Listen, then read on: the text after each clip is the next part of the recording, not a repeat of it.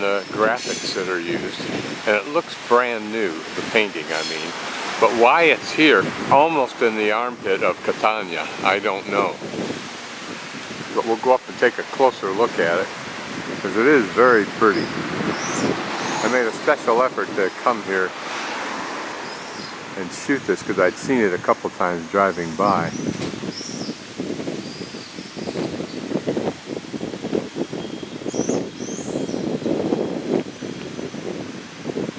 Don't know if this fountain was going when I was here the first time. That's certainly interesting enough. It is an irony because it's probably the first one I've had in several weeks, and it's probably exactly what the weather will be like when I get off the plane in Bristol tomorrow, except that the odds of it raining will be even greater than it is today, which is pretty good here. Hard to believe that someone could be so wealthy to have a home of this magnificent size. That was 1757. Big entryways before for palazzos, but this has got to be, I think, the biggest one. And this is Casa Vincenzo Bellini, who I think was a great either sculptor or architect. Across the street from this large church, which may or may not be related to him in some way.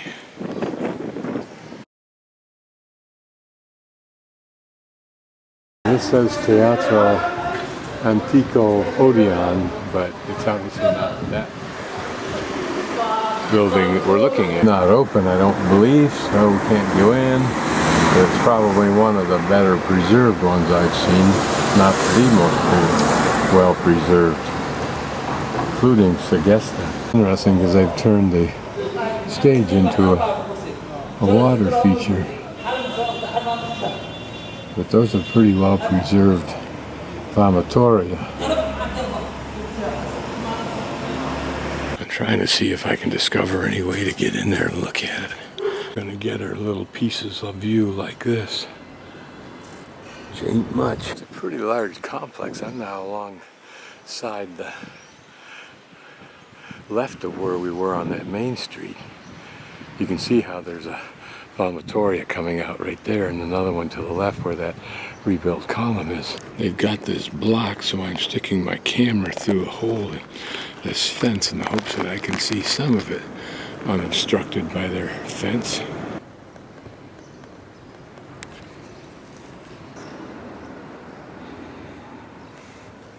Okay, I'm shooting kind of in an awkward position. Now this is the first of two theaters, a fairly good size one. This may be the Odeon, the smaller of the two.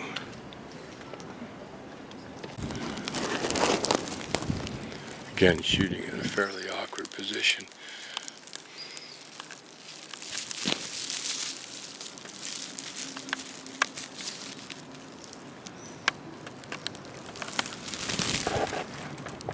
This one is on the right, and it's, I think, probably the auditoria, as opposed to this one, which may be the really large, full-blown Greek theater, or Roman theater, excuse me. Get a little bit of an idea of what the inside of this vomitoria or the corridor that leads down into the theater for seats like that. Closer and shooting very awkwardly through this screen designed to prevent us from seeing anything for whatever reason, I don't know. These couple of panels probably held some kind of decoration, who knows what. This is the much larger vomitoria on the main theater, which makes sense. This is as much as we're going to get as a view, I'm afraid, unless I can figure something else out in the next few minutes. One we were looking at a moment ago, but then there was another one that goes down below it. And that might have all been covered right in front of us there, with a flooring, if you know what I mean. And we have to wonder, there are the steps going up for some others, what that niche held, something grand, maybe a statue of one of the great Greek poets or Roman poets, if there was such a thing. Okay, looking through this, which they used to take material in and out of the theater, you can see there's a pretty large cavity in there.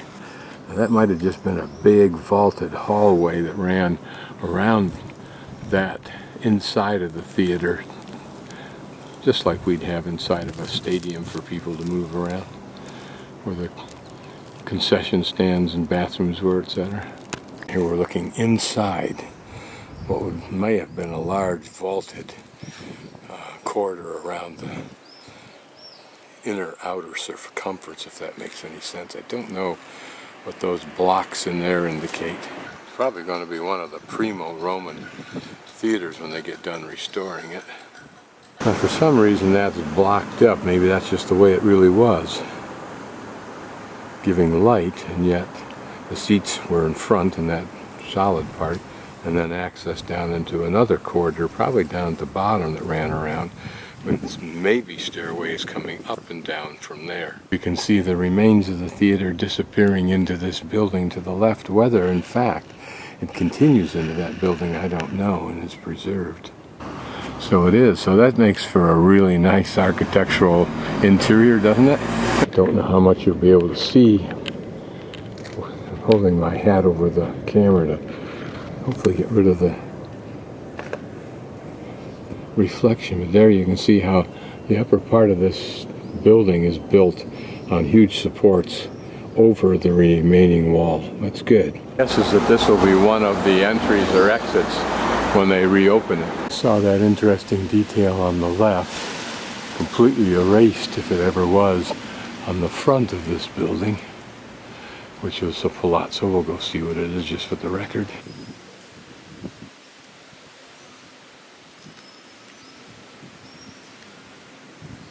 Sitting down the street away is another church you can see, but I'm too lazy to go down and look at my 5 millionth church. It does have a statue on top.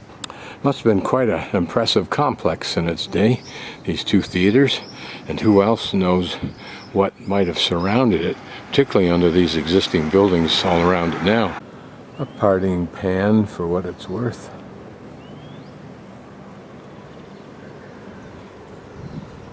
You wonder what the spaces in between were filled with.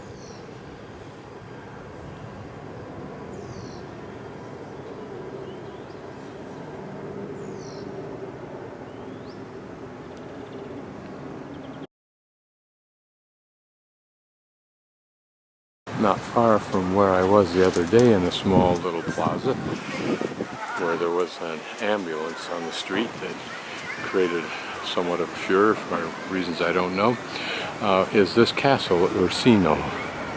Don't know if we can go in or not. Probably is the remains of the moat.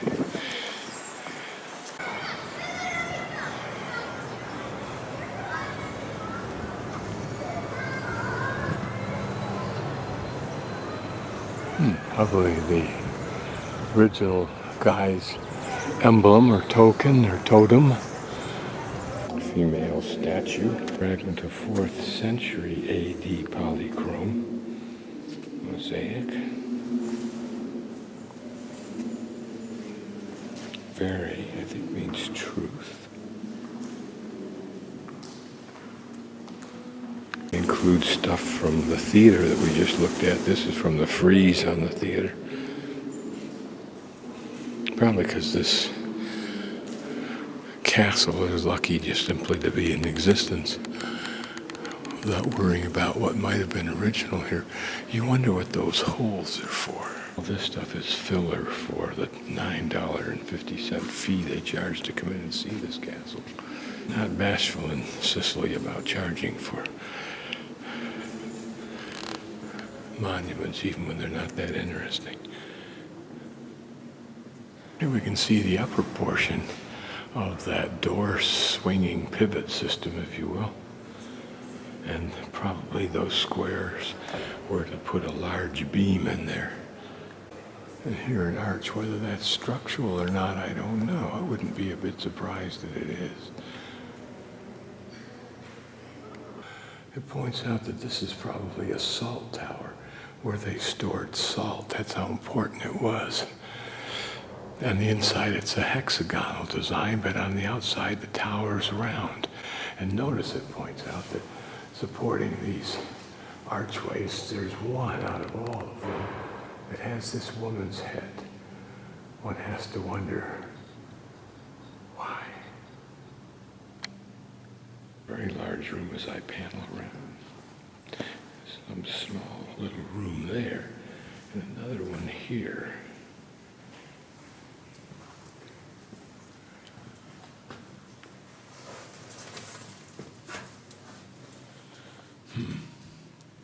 It's in its own little vaulted ceiling area with a firing slot. And this seat was at some kind of shrine.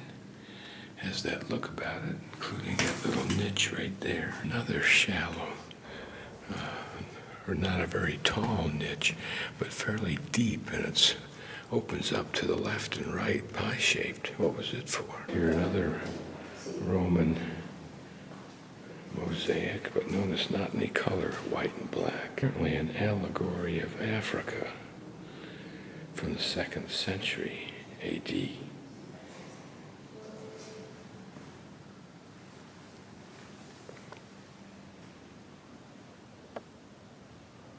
A relief of a horseman, 2nd century A.D. Some kind of sarcophagus. Looks like it's made out of either cut out of soft stone or some kind of reddish cement. So it'll look like reproductions for sure. Don't know what a sippus is. It's a rather large hall with wooden beam ceiling. They're rather intricate and larger than usual archway. It's quite possible that the wall behind it didn't exist and it went on into something like a garden. Also closed off to view, but with seats in it. You can wonder what this was for. Docent's foot shaking. It also has seats like this. Now into the next room. Kind of calligraphy on top. I have no idea what it is. Here a little bit smaller room, but mainly just a continuation of the big room. Probably with a different function. Suggests that the original vault was replaced by a wooden ceiling. This is a Roman mosaic suggesting the seasons of the year.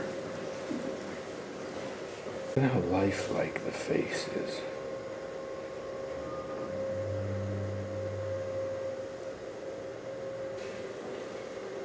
We're entering into a hallway which may lead to the stairs upstairs. And we arrive at the 2nd floor.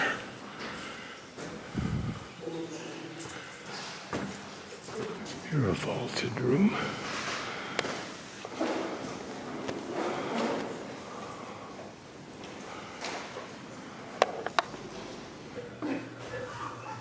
En route to the 3rd floor. Floor just more of the same in the way of rooms. Again, we get less and less of a sense of the castle unless these floors represent original floors.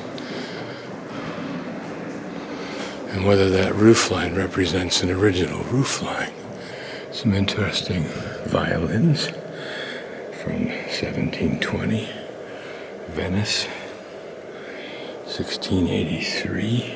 Large room gives us an idea of the vaulted ceiling feeling, but otherwise this is just a big building with these kind of walls at best, somewhat painted, not even very well stuccoed at all, which they might have been in the early day, and maybe not. You pay is really to flatter your apparent interest in art. A coffin covering, which we've seen many examples in Spain and Portugal in particular. Notice the dog as part of the motif. One of the few interesting architectural elements are these series of doorways, apparently showing foundations of an earlier structure. Must have been the Great Hall, and it is the most impressive of all of them, to say the least. Yet we still don't get any sense of how it might have been to live in this place. It's mainly a museum and an art museum.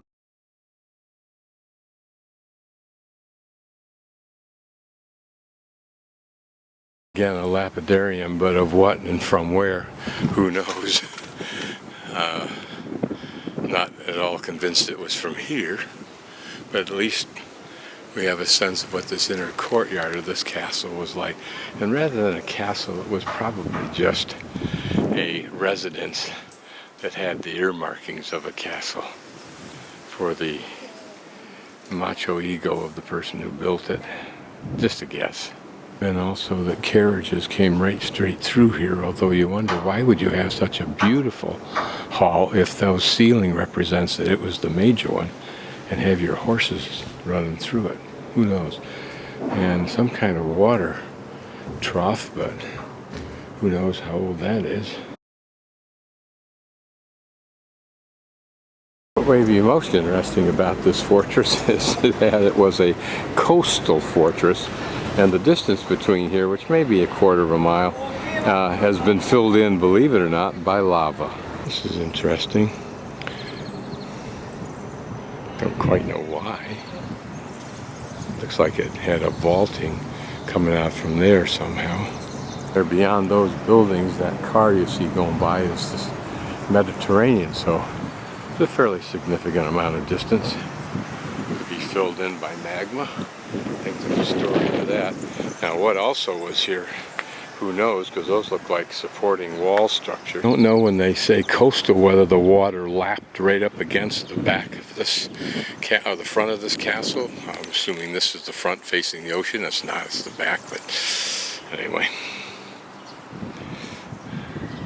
And then filled in to where I am, or filled in over there, I have no idea. I wonder what that structure there is. Was it a breakwater? Did the water used to come to there? That looks far too new to be predating that wall of rock to the right. Were those conical sections there actually bases for towers that were not reconstructed during some later time? So the oldest part is 1092, but it's been extensively rebuilt in Baroque and Neoclassic models since then. This building on the square of the Duomo. I want to take a look inside there if I can. This is the inside, a pretty little domed, almost cloister, if you will. There's probably a name for something like this that's just a hallway with columns and maybe with domes. It may have been a government building, I don't know. Interesting are the carriages. Of course, the most exciting carriages I saw was in either Portugal or Spain at that museum. In carriages like this, perhaps many that were not as elegant, as big as this, that rolled into those palazzos we've been looking at all over Sicily. This was a pretty building though in its day, with those lovely little domes, with the spring system of leather, the coat of arms. This building may be the Carrozza del Senato, which may be Senate. I'm just winging this one. Vigili Urbani, maybe its current use. This is one of the main streets, I believe, Via Veneto, leading down there to the Duomo and one of the large markets. On that now where that first little auditoria or theater that I saw was, the law school's up beyond there. So we've been here before, and the auditoria is down behind those columns in the ground. And now we'll walk back past the statue to Vincino Bellini. We saw, I think, his home. Certainly it's a museum now. And there may be a Simple grocery store down here, and if there is, I'll get something to munch on before I hope that I can eat dinner tonight somewhere here.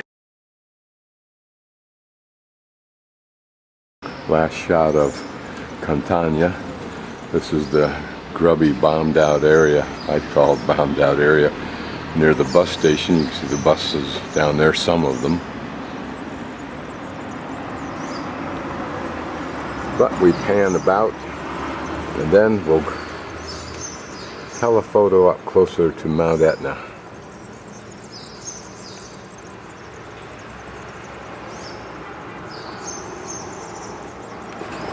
Interesting to see the snow over to the right there at that elevation.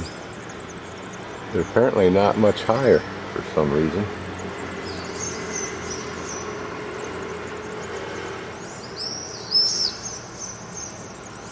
Nothing looks like it's coming out of her unless that cloud is coming out over there.